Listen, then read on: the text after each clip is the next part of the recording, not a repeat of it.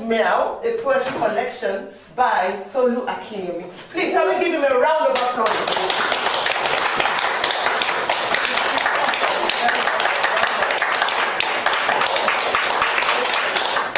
Okay, so my own name is Ifichuku. I'm an author of 2 children's books and the host of the Sweet Mother channel on YouTube. So whenever you get to YouTube, make sure you subscribe. So I'm going to be your anchor for this evening. If you have any questions, please ask me or you can ask Tolu. And I would like to say thank you to everyone for coming. We are still expecting more people, but that's fine. But thank you for coming and leaving what you're supposed to do and being here to honor and support Tolu. So well done for coming as well. And I'm just going to run through through a couple of things this evening. There's going to be reading, question time from the audience, and there's going to be discussion from John Paul here. He's a poet. And there are refreshments right at the back.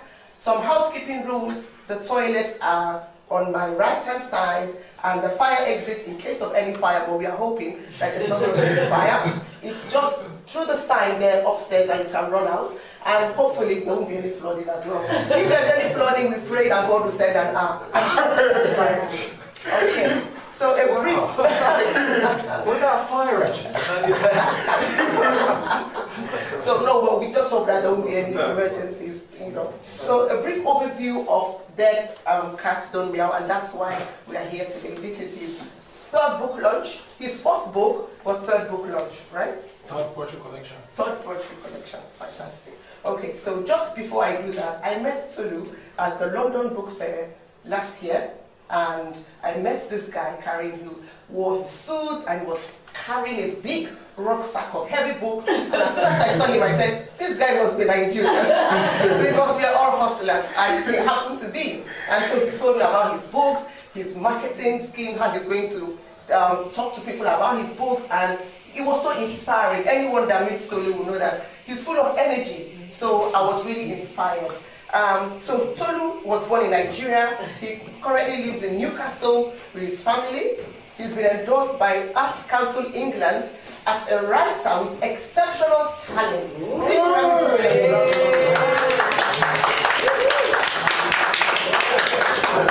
So he has over 10 years writing experience. Tolu is the author of Unravel Your Hidden Gems, that's your 1st book. Dead Lions Don't Roar, Dead Dogs Don't Bark, and his latest release, Dead Cats Don't Meow. Maybe later on we'll find out why animals. What is it? Wake up, raise up. So his writing is based on deep reality and often reflects relationships, life, and features people he's met on his journey. Tolu has taken his poetry to stage, performing his written word at many events. Sales of Tolu's books have allowed Tolu to donate to charities that make a difference in people's lives. So about the book, Dead Cats Don't Meow is a collection of beautifully written poems. Each piece, if you have the opportunity, and by the grace of God you have the opportunity to look at the books and buy the books as well, because that's why we're here. So each piece has its own message, its own story, its own emotions. One can tell that Tolu was at different points and different phases of his life when he wrote each one. Some of the poems have been inspired by ordinary events. For example, Don't Call Her Mommy. We need to really find out why we should know. Is it from a religious point of view or something like that? Some of his poems have been inspired, maybe when he wanted to rant about something, like Rapes at Dawn, when he was talking about the madness of corruption in Nigeria, I believe. Okay, some of his poems in the book have been inspired by reality or his view of the world around him. For example, a blue in Geordie land. Yeah. So that's something about football? Yes. Good. Okay. I think he was in the poem, from my understanding, he was almost a victim of football fanatics. Yeah. Right? Yeah. Okay. No. I was doing Jesse Newcastle. Mad? Okay, and the other poem that was inspired by the view of the world around him is called 2 in 1, about whether a wedding dress, suit, and glamour can be forgotten in the aftermath of a crumbled home. So when you buy the book, or when you have opportunity to look at the book, you'll find out that each piece has a very strong message. Other poems have been inspired by his deep thought. For example, Abuse, Mistakes, Hands of Time. Some have been inspired by random people he met. For example, a poem called South Shields, where he wrote about a man that wanted him to pray for his leg on a bench or something like that. So some of the poems have been written to give the reader hope. For example, Silver Lining. See the silver lining in the blue skies. No matter how tiny, see the sun rays. Believe, don't relent, keep striving, and someday you will see the silver lining. So poems like this are quite hopeful, and I did like this one.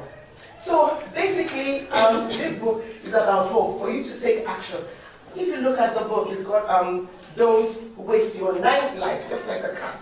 Go after your heart's desires. Say no to distractions. Say yes to opportunities. Keep trying. If you fail, try again. If you fail, still try again. You're the master of your kingdom. So that's a brief overview of the book. So I'm going to leave everyone now. Feel free to come and have a look at the book and support Tolu as well and his work. And yes, if you have any questions, please feel free to ask him. So,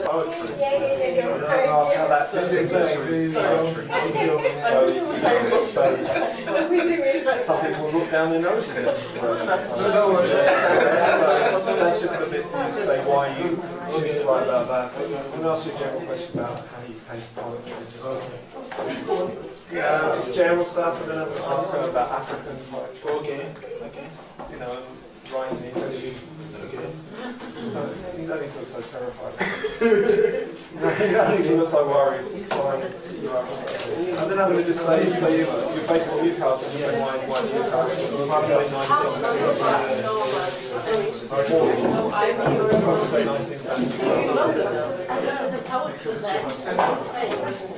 So then it gets back to trying to say plug anyone else. I'm going to mention the fact that poetry event was here. He had to put back too much ago. Okay, have a long. Are you okay, Lucy? I'm not saying you're right with me sat here like me and I'm slightly turning my back. Anyway, you can go. That's okay. I just don't want to be rude, so I'm just going to be here and talking to her. But you can turn yourself a little bit more. Well, it's just... Hello, ladies and gentlemen. So it's now time for discussion with John Paul O'Neill. And after the discussion, then Tolu can do some readings and you can feel free to ask him some questions. So let's get on with it. Thank you.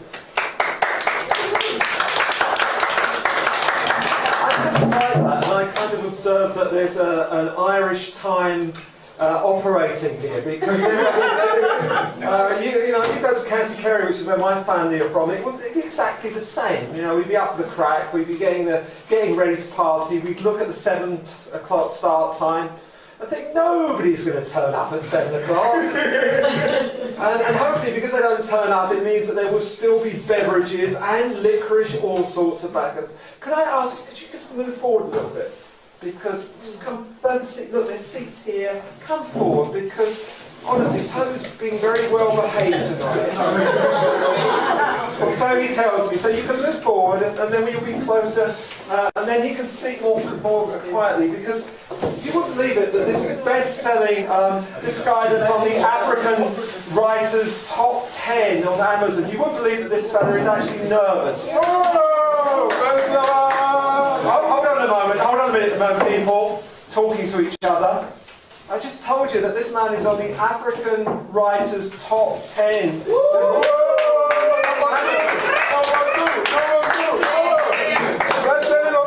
There you go. So, that obviously not nervous anymore, just irritating, but we'll get over that. So my name's John Paul O'Neill, and I run this single Farragut Poetry, which is the longest running poetry slam in the whole of Europe.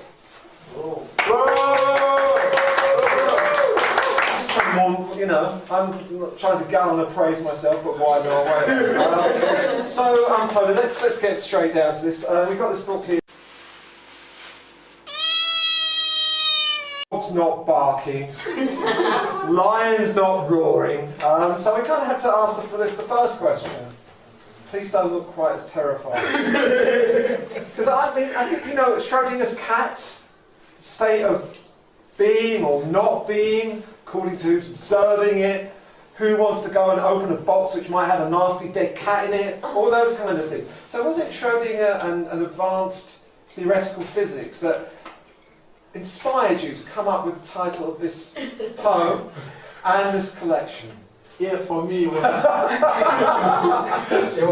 it was just a follow-up in the series. So I started with the Limestone Row, and while we are here, we all have a unique role which we need to let out. Why our time is limited, basically. And from there, I moved on to Dead Cats Don't Meow, and from Dead Cats Don't Meow, I somehow found myself with the cat. We all know that a cat has now 9 lives, and as they say.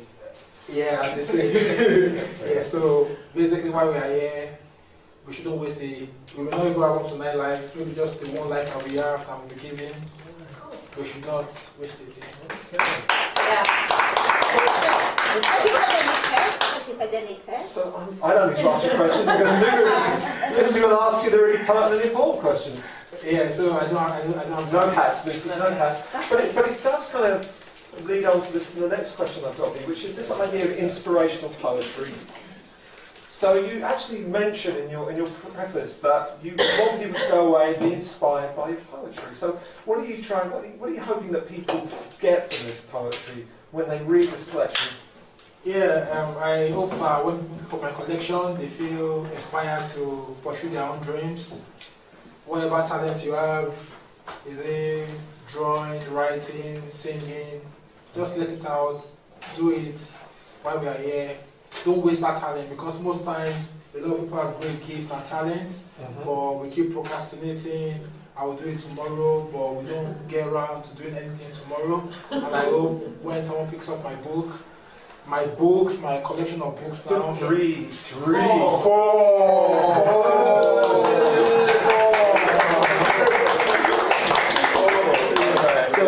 So I hope when people pick up my collection of books, you realise they're poets and you're thinking, I haven't got 4. That horrible man, he's got 4. I haven't got any collections until you realise.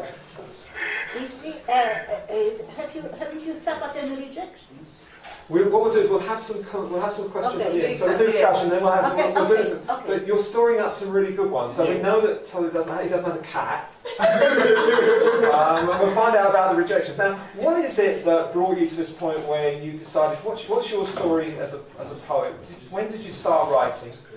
And why did you decide that you would write not literary fiction? Because most people that start writing poetry either want to write performance poetry, or they want to write poetry that gets published in literary journals.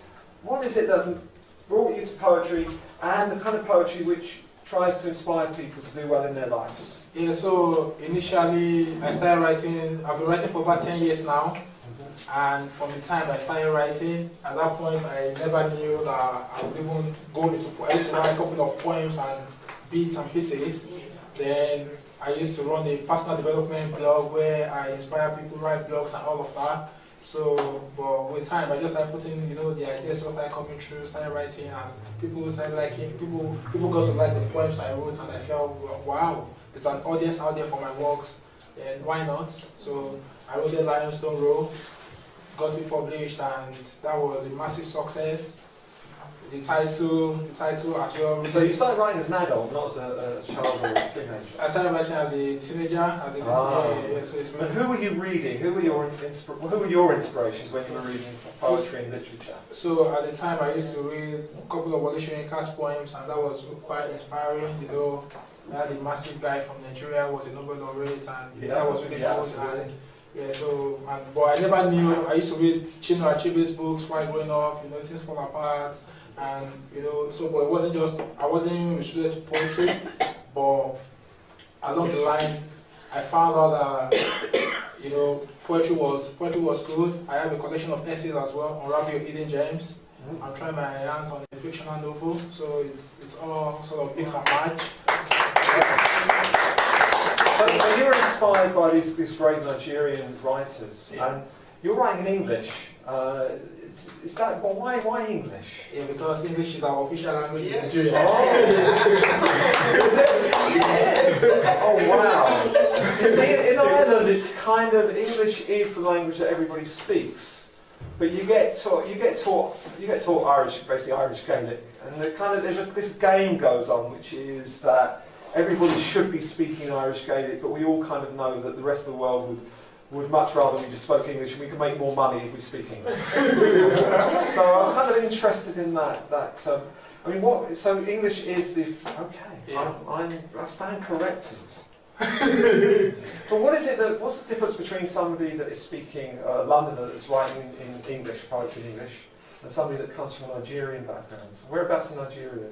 Yeah, so I was born in the Ekiti State, but I grew up in Lagos State here, so Lagos is the commercial capital of Nigeria. Yeah. So what's the difference between someone writing in Lagos, writing poetry in Lagos, from that background, and someone writing in London? What does it bring? What does it make special about your poetry and your writing? Yeah, so my poetry reflects a lot of African themes. If you look into Dead Cats Don't Meow, I wrote a lot about back home in Nigeria. I wrote about Lagos traffic, and I know a lot of people here, people who have been to Lagos know how crazy, in Lagos traffic you can cook breakfast and get done. You can cook your lunch in traffic. You can cook your dinner and have your dinner in traffic. Yeah, so productive hours lost in traffic. I wrote about Oshodi. Oshodi is one, it used to be like a very crazy city. Even when you are walking in Oshodi, you have to hold your balls because you might lose your balls in Oshodi. Wow. Is that a line in one of your poems? Yeah. Yeah, so if you go into Oshodi, you will see something about, so when you get to Oshodi, and I wrote about Ojota Park as well. Yeah, so a lot of themes around elections as well. Yeah, about You talk about I think there's a line about Nigeria being castrated. yes, because you do take up the politics, and there are politics. Yes. So it's more about so that when generations unborn, when they come, they read about all the things that happened even right before they came, about our Polytricians, what they do, amassing the Commonwealth. When you go to Mayfair in London, the classy houses down there, who owns them and all of that. Yeah, so raising awareness about in the book, let people know what was happening, so that in years to come people can read about it and Sorry, Lucy. So you're basically giving people that are in London an idea of what the Nigerian experience is, the diaspora, and what it's like. Yeah. But you live in Newcastle, don't you? Yeah, Newcastle. Newcastle, the city of my rising star. Yeah. Well, Newcastle is a really famous, for people that don't know, Newcastle is a centre of especially working class poetry activism. So there's Iron Magazine, there are amazing reading spaces that have been going for over 50, 60 years, and there's a tradition of writing that is absolutely amazing. So did you go to Newcastle because you knew all of those things? Well, I think that's the answer. well, I got to Newcastle by fate. So I went to Newcastle to walk, and if it doesn't work out, I was thinking I would take a walk, but it's been a beautiful story. Newcastle has been the city of my rising star, the city of my shining star. I wrote a new poem about Newcastle. I said, I've been to cities whereby the imprint from my shoe, before my shoes, so even going to those cities, nobody even remembered any Tolu Akinyemi control. But I came to Newcastle. If Newcastle was a damn cell, I would be shouting, I would be roaring, splitting. So you settled with your family in the city? Yeah. So they're honoured to have you and your family as well? What's it? They're honoured to have you and your family as well? Yes. So Newcastle, if Newcastle was a woman, maybe I'll be Let's not go down that road. Let's be careful, you're on television. So what we'd like, really, I don't know if everybody agrees, what I'd like to hear, I'd like to hear some of these poems. What do you think? Yes. Now, I have come from a poetry slam background, and we're just very noisy, very affirmative. So, do you think that when Tolu comes up to read poems, that you could make out as if there were actually at least 50 times as many people in this room?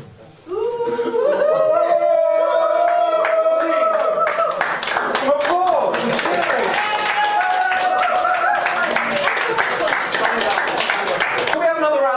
Body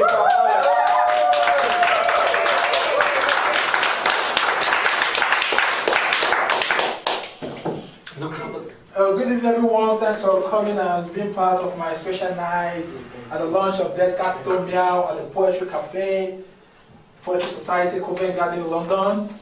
It's a pleasure to have you here.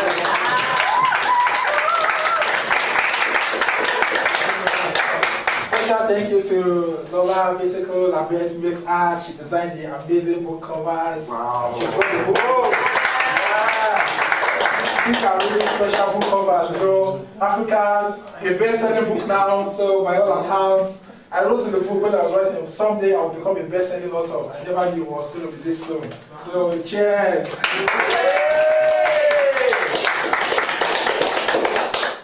The first poem I'll be reading tonight is titled Rich in Cash, Poor in People. And the basis behind this poem is that no matter how much you have in your bank account, no matter how wealthy you are, you need people to be able to have a successful life. This event tonight, without you people here tonight helping me, John Paul, Ife, and everyone present here tonight supporting, then you can have the money, you can have the talent, but when you are poor in people, it becomes a big problem. People is a currency that you need to navigate through the rough edges that life might throw your way. You might be rich in cash, and your bank balance fat, comparable to a cow waiting to be milked. Being poor in people means you are living on the cliff edge, on the tenter hooks. When we pass through the tunnel or lost in the dark alleyway, these are riddles money can't solve. Sorry, page 90 in case. These are riddles money can't solve. Or our aeroplane is hit mid-air by severe turbulence, that our hearts find a home in our mouths, literally. People will come through in the air hostess conversing survival strategies that may sound like a beginner learning a foreign language. You can't survive without a nucleus. There are days when money can't save you from those pitfalls, and the emptiness of life stares us in the eye like a motionless snail. That is when we need our bank to be filled with people. Humans with blood flowing through their veins. Not your bundle of Naira notes or your pound sterling will wipe your slate clean. Thank you. Yeah.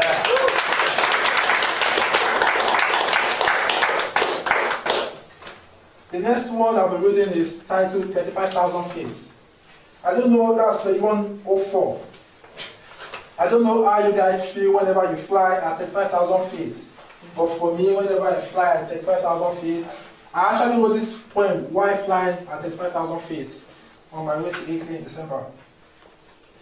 Flying at 35,000 feet above sea level sent me into fits of fear, cold shivers and jitters with every turbulent wind. The demonstrations by the air hostess are at best half-hearted. Every announcement from the pilot's cockpit sent me into a frenzy, palpitations, and deep reflections. Don't blame me for building a home in the garden of fear and watering it with the seeds of an ill-fated crash. I detest being the headline on the major news channel for specious reasons. It might be my chance to up the limelight for leading over 100 souls to heaven's gates, or say a prayer in my hour of need for a divine turnaround, and the incredible becoming conceivable. I could as well in cowardice say my last prayer, accepting this as my fate, as my faith barometer would at best be at its lowest ebb.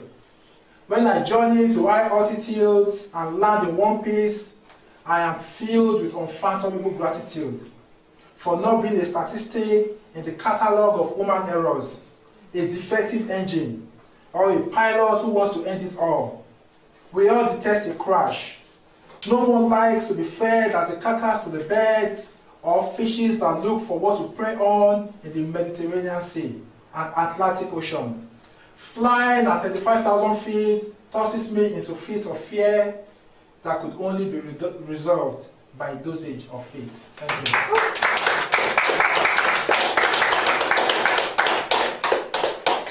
The next one. Okay. Good. The next one I would read is titled Youthful Exuberance. Page 68.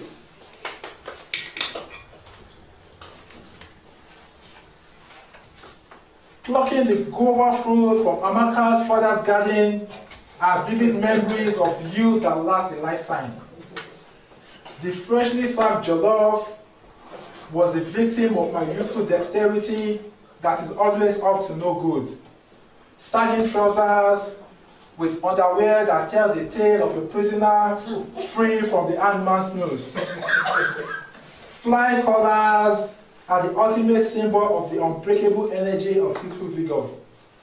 In these days, youthful exuberance must have changed its paraphernalia of office, but the application still remains the same. My church mind tells me that youthful exuberance is exaggerated, a concoction of our innovative minds, ready to take on the world like an explorer on a tour. And someday we will outgrow it, laugh in sheer amazement at the actions that made us feel superhuman. Thank you.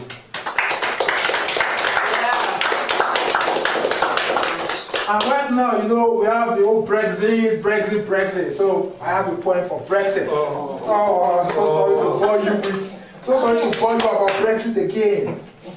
We have something about Brexit. And this is titled, this is page 58, titled Hello Brexit. Also Nigeria wants independence. Hello Brexit, see you later. Brexit was a shambolic exit. Migrants treated like remnants. Unwanted species will refuse to be our brother's keeper. Brexit was the bitter pill that left a sour taste. Leave or remain, deal or no deal, it won't be the same. Brexit took away our rights, we lost our freedom, trade deals, jobs, and our togetherness. Brexit was a child of circumstance, the implosion of our ignorance right in our faces. Brexit will never be forgotten in our history books, the singular event that left us all shook, starring the pusillanimous Cameron, the chronicles of Farage and UKIP's fear-mongering, the indecisive May. Bojo was a renowned traitor. Corbyn lost his voice with the Tories left in disarray. Brexit was the exit, the unwanted child of circumstance, trust on us by faith, politicians, and ignorance. See you later.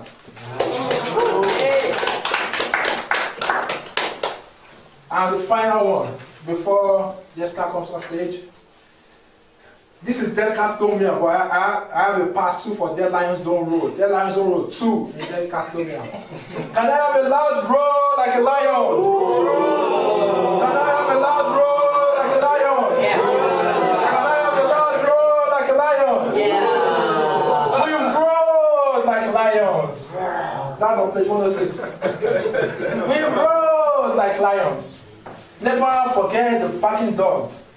Like raving cars in the parking lot. Dead lions don't roar. True kings don't cower. Standing tall like the Burj Khalifa, that's on tower. See yourself as a flower. Let me water you into your own promised land. Bloom in the morning. Radiate at noon. Shine brightly with the evening moon. Unleash your creative juices like Fela, the king of Afrobeat in our jungle. Even the military could not bungle. Let me saturate you with my words, roar and voice. Let the lion in me fire you awakening shots to wake up your giants. Let my life be the torch that will spark you into your own revelation.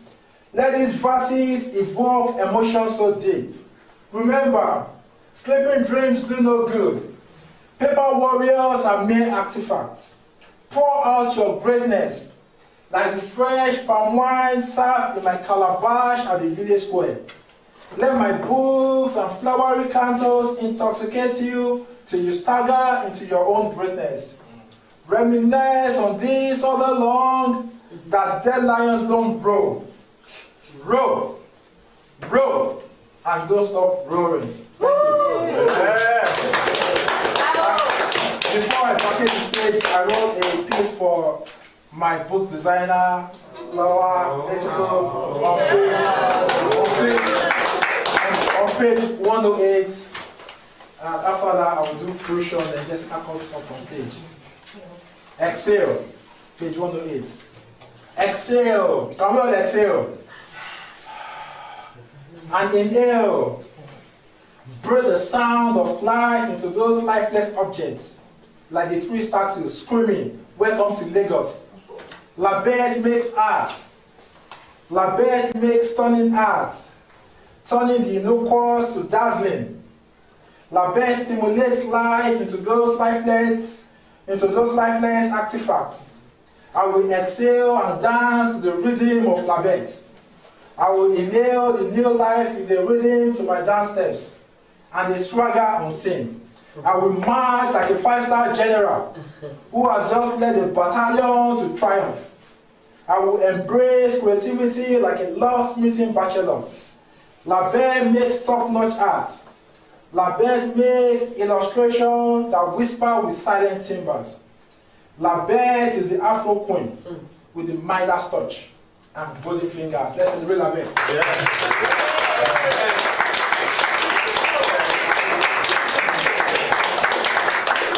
And finally, before I get off stage, page 97, celebrating one of the young CEOs in the city of London, Fruition Consultant.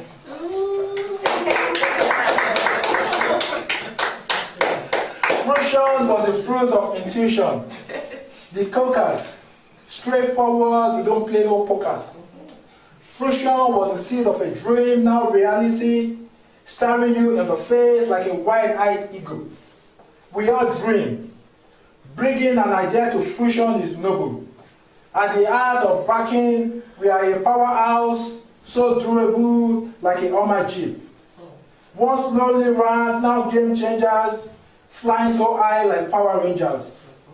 Against all odds, accounting is our minimum. Excellence is our normal.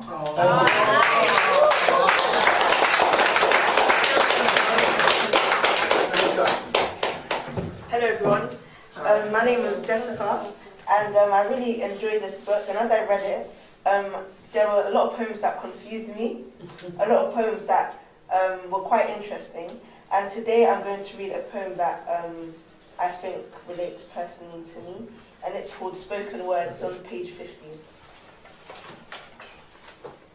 Your spoken word shapes your world. Your spoken word is the genesis and the revelation of your life. Your spoken word is the catalyst of your life. The success and failures. Some embrace positivity. Others thrive in negativity. You get an equal measure. The harvest of your spoken word. Be careful of the words you speak. Don't let anyone sow negative vibes, air, and wind in your life. High five to all that thrive in the midst of chaos. Sea of negative words, and still come out with a beautiful world. Thank you.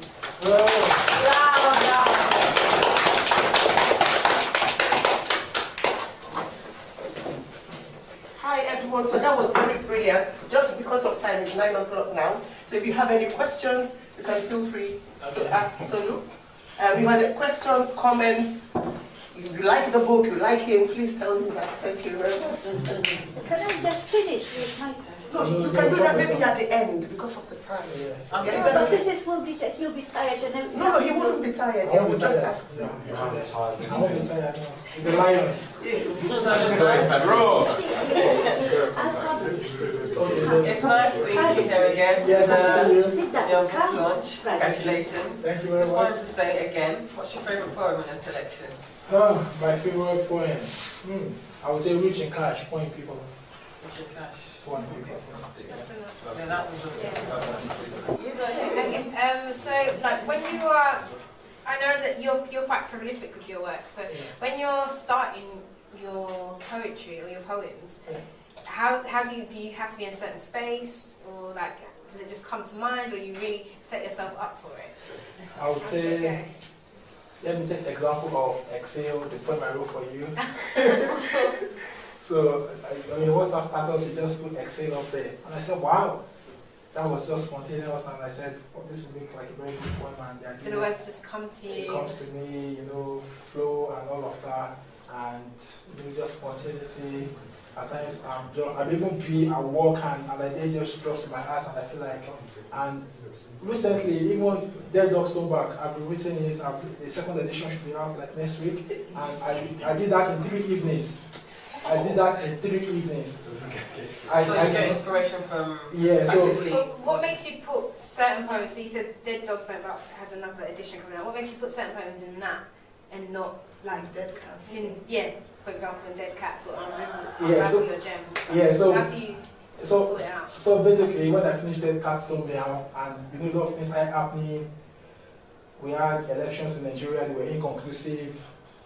We had bullions in Bodilon. We saw bullions in Bodilon in the Koyi, Lagos. So there were, you know, inspiration just came. I started writing after that, using thermometer. So it's just when it comes, at a point I reach a limit that, okay, I don't want the book to be too voluminous. So 90, 100 points ish, I tend to stop. And when I finished Dead Cats Don't Meow, I saw that I've written about under 30 new poems. So I felt, okay, let me just bring a new edition for Dead Cats Don't Meow. So does the title come first or after you've finished a group of poems together? Yeah, so basically the titles, I already have the titles, so the poems just go straight into the title. Okay. Yeah, so because the animal themes. I was going to ask, so are we carrying on with this theme, or we're going to see something new? All the animals are dead. So I'm going to have something new. You can have a piece about taxidermy. Okay, that's a great idea. So basically, I'm having a think as well about, I think people already know me as the author of The Dead now, so it will be time to retire the Dead series. But I was still thinking about writing Dead Cats Don't Meow, but we never can tell. And, you know, so let's see what the future holds. You know, for now, I'm taking a pause. Maybe go on a world tour, do other things, write a fictional novel. Yeah, so but I think the poetry space, I need to just push my work out more, get people to see what value I bring on and all of that. Yeah, so it's just all about within less than 2 years now I've released 4 books. Yeah, so I think that is an amazing feat, and yeah, so it's just now time for me to concentrate on go for your dreams. Just do it. Amazon as well.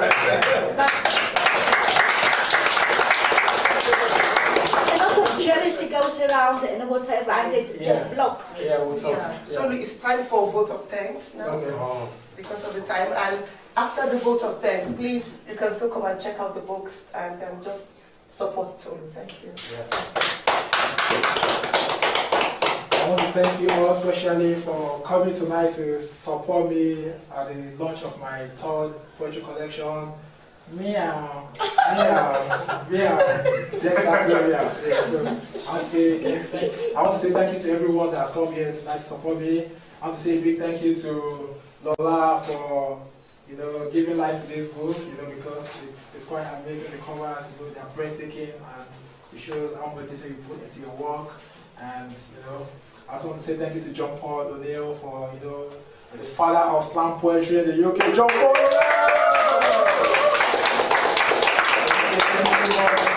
for being part of this and supporting. I really do appreciate for your time. I know you are very busy, you've been unwell, but thank you so much. I want to say thank you to Kate Ife Chuku, author of My Name is Kose Kamse, and A Week of Tortoise Tales. Yeah, A Week of Tortoise Tales, pardon me, and I love you, Dr. Jessica, for taking the time to be part, to support me, and thank you so much. I want to say thank you to the crew from Heritage Television for coming to cover this event and for supporting and to all my amazing friends who are here tonight to support me from the bottom of my heart. I will say thank you. Thank you for to favor Biondo Boka, CEO Fusion Consultant, Mr. Lapa. Thank you for those that that stockpile the books to take away. I really appreciate you guys there. Thank you so much. Just my look back here. Thanks a lot. So thank you very much, everyone. There are snacks at the back as well in case people want to grab a couple. Yeah, fair enough. I think we have some people wondering, don't we?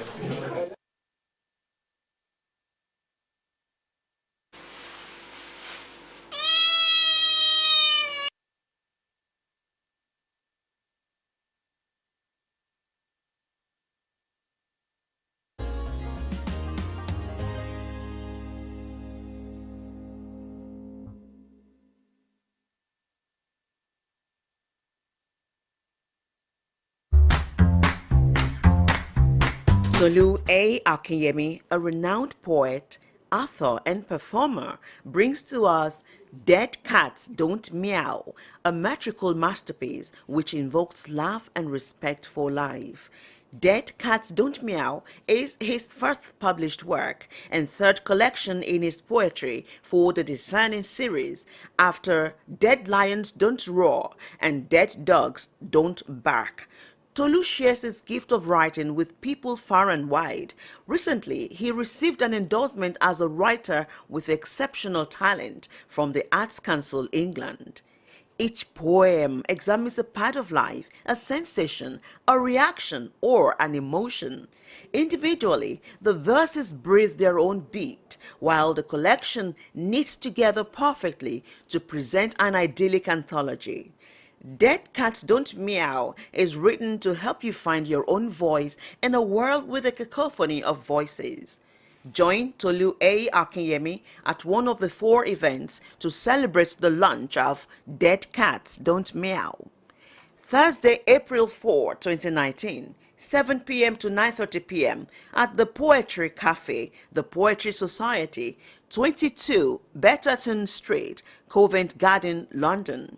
Saturday, April 13th, 2019, 4 p.m. to 8 p.m. at Museum Center, Function Room, 8 and 9 Marina Road, Onikan, Lagos, Nigeria. Thursday, May 2, 2019, 7 p.m. to 9:30 p.m. The Lead and Feel, 23 Westgate Road, Newcastle upon Tyne. Thursday, May 9, 2019, 5:45 p.m. to 7:15 p.m.